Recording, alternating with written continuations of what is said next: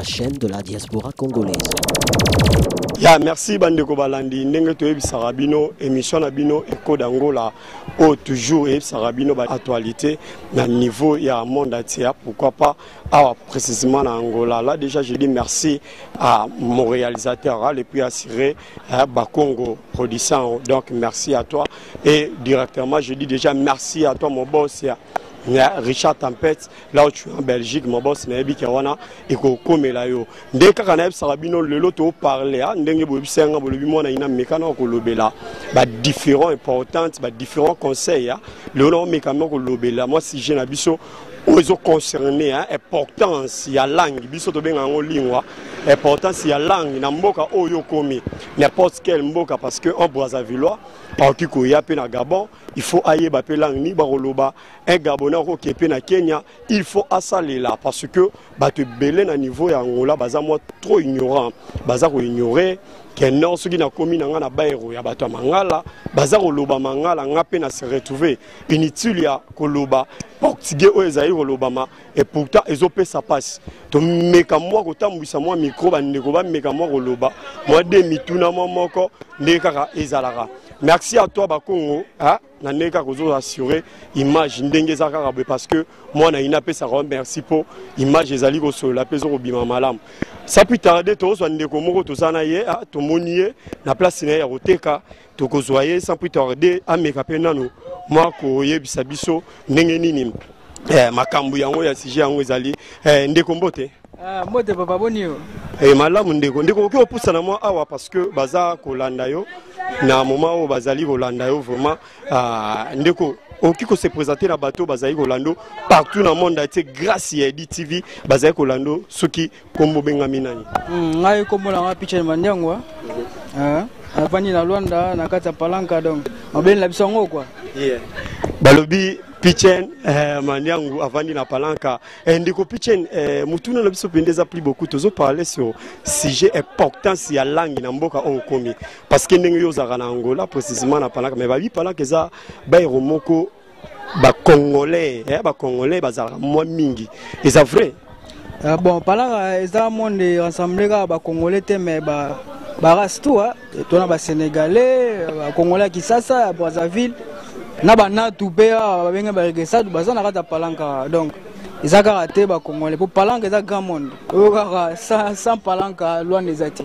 oh mais balobi ke palanka côté vraiment soki mutauti na niveau ya Congo to na mutu na niveau ya Brazzaville excusez komeli na niveau ya palanka en tout cas à se retrouver via ko se retrouver ngeza ke parce que azoloba ayo kuta déjà linga le loba makamte zoloba mayango wana. Non, pas du tout. Comme elle n'est pas que pour ça la coffre est portugais. Pour ça la coffre dans la billette. Pour 100 billets, on va être la côté. Document on peut ça me valeur. Au lobano lingala. Au ça cop na lingala. Bo so copé à portugais ça la cop né. Donc c'est ngake pour ça la cop faut ça la ouais ba portugais oye kola kotiku bien oye kolika na nzela pour faciliter ma vie. Peut faciliter ma vie. Merci vraiment de Pichen. Mutuna nga musu sezali important. C'est ce que ça vraiment l'importance parce que y a se retrouver na niveau ya palanka batu belé bazolo bana ba mangala. Ce qui est important c'est ça nini pour aiba portugais. Abi mieux faut kuna lo bananga lingala pour se retrouver. Mais na habité par rapport au yozoloba. Ozomo na te que sans sinango rozate na muta uti konga se retrouver déjà na bairo batamanga lo la palanka. Non, portugais la langue est dominée dans Angola. La langue où l'État a ébi en Angola, la langue est le Bamara. Tout le monde a ébi qui est un étranger en Angola, la langue portugaise. Après, la langue sous-nationale est yaka. Donc, si on ça va faire, il y a maman a miné, et c'est un portugais pour que na biomo ta le toque balinga la moins que mutua bo solinga na kuzu. Vous comprenez? Donc, pour awa maramba la miné quoi to lo bela ba faire. La monde va faire faut ba portugais et puis faut aller na billette. Pour 100 billets na moko ya mikilia ça kanda donc au travail. Angola ndetska poto iya merci vraiment ndekolanga picha na tuka pona yo koyiba langue na mboka o comme livre za mage important. C'est muito important, c'est mage important to lo ba na français que c'est très important. Donc sans langue na mboka o au travail qui te rote. Il faut la maîtrise la langue. Ata ma capacité mais les fils qui ba yo ka yo loba. Comprendre? Ba comprendre nini pour au sala cop. Les années. Merci Père Pichen, merci vraiment pour participer à la chaîne Abisso Edit TV. Merci en tout cas, c'est pas litro donc. Merci. Naebi ki abosi ko landa ndeko ndena esi bino tozo continuer ka reportage na biso ndenge na ebisa bino bandeko bazali tozo continuer ka kozo bandeko comme d'habitude parce que na ebisa bino que non réalité ya makambo oyo ezali vraiment ndenge ka nazo sabino pe to profiter tozo esu bandeko na biso mususu tozaka na cadre de reportage Bakongo. Merci. Merci. Nous avons toujours la continuité. Il y a reportage na biso na cadre kaka. Il y a sujet na biso importance il y a langue na mboka oyo komele. Sans oublier merci à toi. Merci à toi Mouroun de Ketch. Merci vraiment. On est sigo à niveau à Bakine na Edit TV direction de mes assurés. Merci nayo. Tozaka na cadre idéologie na biso tozo so ndeko na biso moko pe azali wa ndeko mbote. Mbote. Ndeko kiko se présenter na ba Hollanda partout na Afrique pe na monde en général. Kombolanga Matuvuata. Matuvuata. Ndeko Matuvuata Muselu. Merci ndeko Matuvuata Muselu. Mumutuna na biso esaka ke importance ya langue na mboka oyo komeli.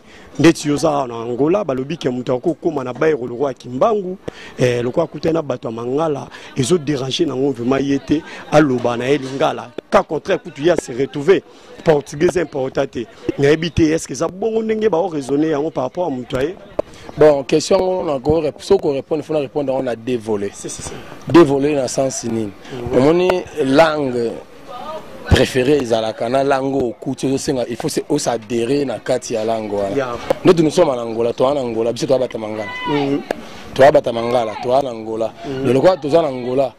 Et je sais qu'il faut aussi l'effort moko boyo le portugais. Marié linga les al. Neto sur la linga la sco pour s'exprimer très bien. Ceux qui portugais dans le bango na ba faute. Mais naza obligé ya ko yeko la langue ya place au nazali. C'est ça vraiment. Une bonne réponse na nga ngwana. Ya ndeko tokozo penda taming te po oza vraiment na musala ndengina tuna lisusu batu bisu balobi ke eza nango vraiment ndeti ke okozo no pe billet yango mais oyebino pe langa ngote osala ngo pe lokote parce que oza de na mukanda eza nango portato e balang yango na nango dérange soki yo lakisa bango mukanda yango vraiment eza d'une ba raison oyo zo permettre vraiment à la valable.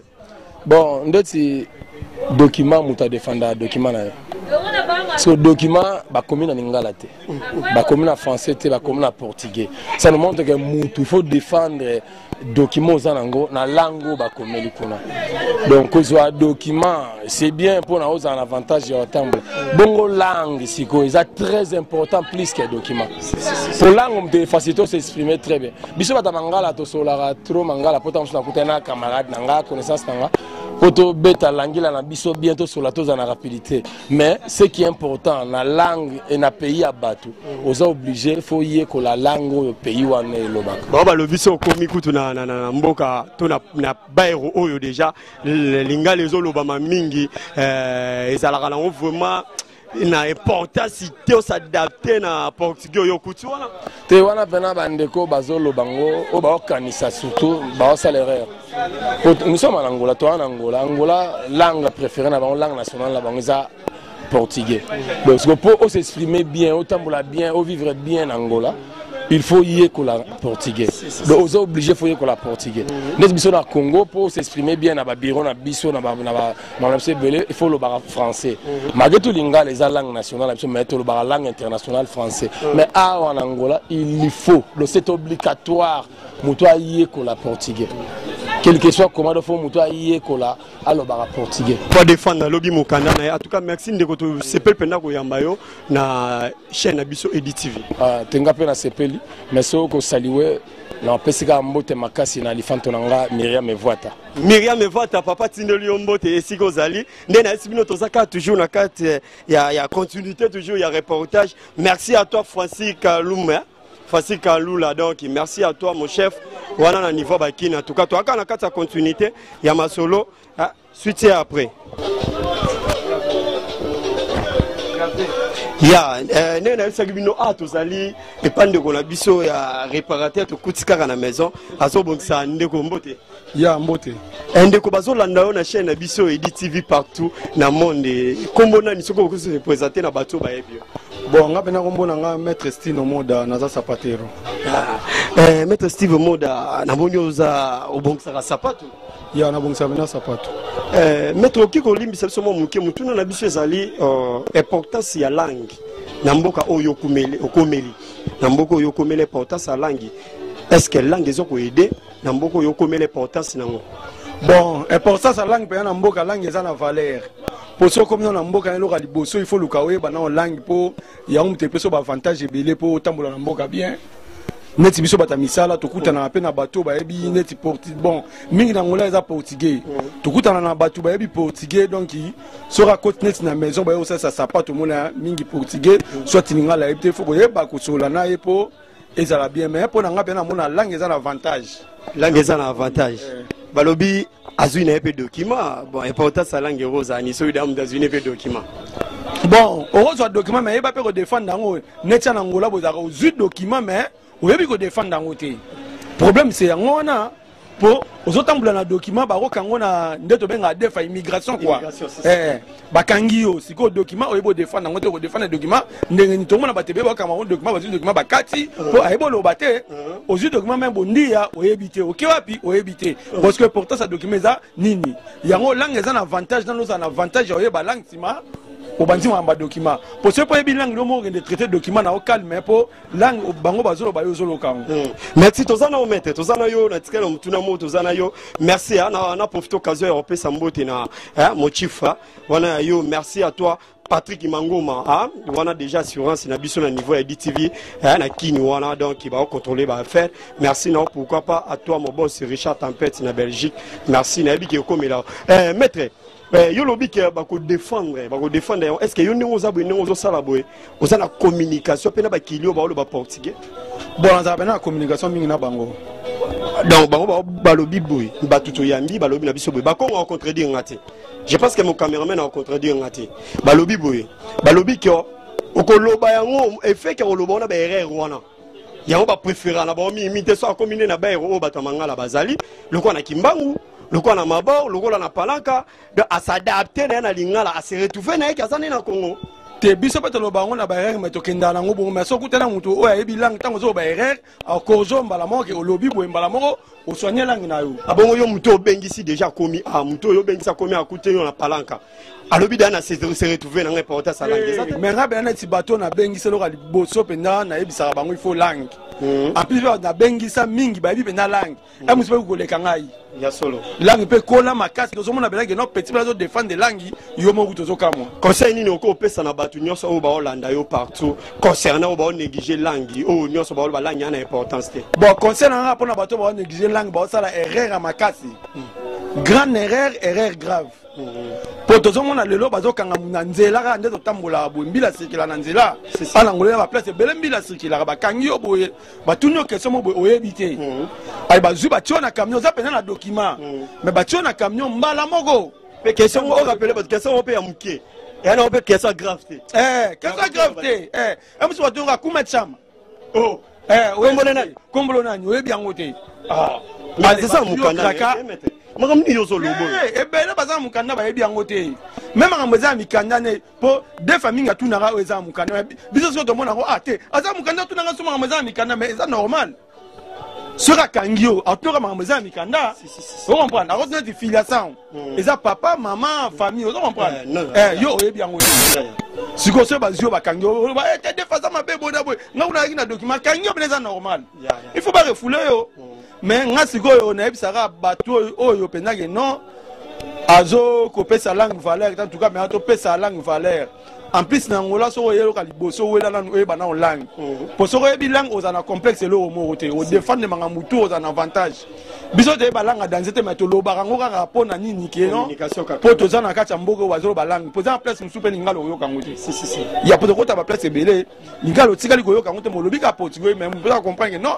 alingolo babu aider op merci non vraiment maître mon mbote kaka na famille au sangisi bango ta mon mbote c'est bon nga bena mbote bena na famille bon nga mote minga pa ba client na ngai ponga na mettre sapateur en plus ça va ba client na ngai non magamba sapato ne fandi ala pala adresse eza wapi pesa adresse eza palanka rue à 4 na diagonale école à Pascal Louvoalo boki maître moko lobby merci vraiment maître to sepe ko yango numéro pesa 941 42 52 51 maître sino moda nzamba sapato maître sino moda nzambe ya sapato en tout cas to sepe ko yamona ya merci nga pe na sepe na bino bena kitoko merci mission eza malamu donc continuer l'émission bena bo évoluer donc émission est mata merci maître merci to sepe vraiment na si bomoni ndenge maître auti ko solola tozo solola ka toza toujours na continuité ya reportage na biso ndenge kaka na yebisa gibino ba kongo production merci vraiment na image pour nazo mona benda